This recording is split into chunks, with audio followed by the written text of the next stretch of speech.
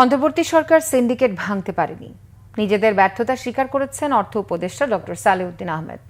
সচিবালয়ে তিনি এই কথা বলেন। অর্থ উপদেষ্টা বলেন, অন্তর্বর্তী সরকার ব্যবসায়ী সিন্ডিকেট ভাঙতে পারেনি, তবে আশার কথা রিজার্ভ বেড়েছে।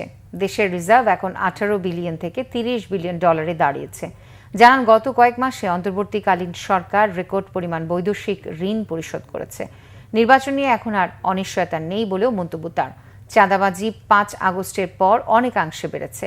আগে যেখানে 1 টাকা লাগতো, এখন সেখানে 1.5 টাকা লাগে বলেও মন্তব্য করেন অর্থ উপদেষ্টা। নির্বাচনটা না করলে আসলে কিন্তু এই যে আমাদের উপর ডিপেন্ডেন্ট বা আমাদের এই আর কত কারা আমাদের কারিগরের সঙ্গে আমরা অনেকটা দুর্গটা রক্ষা করার মতো, তাই না? আমরা দুর্গটাকে রক্ষা কোনো যদি ধস না নামে, কিন্তু এটাকে সামনে নিয়ে যেতে হলে তো আপনি দুর্গের বাইরে আসতে হবে, তো আউটসাইড ওয়ার্ল্ডের সাথে ইন্টারেক্ট করতে হবে।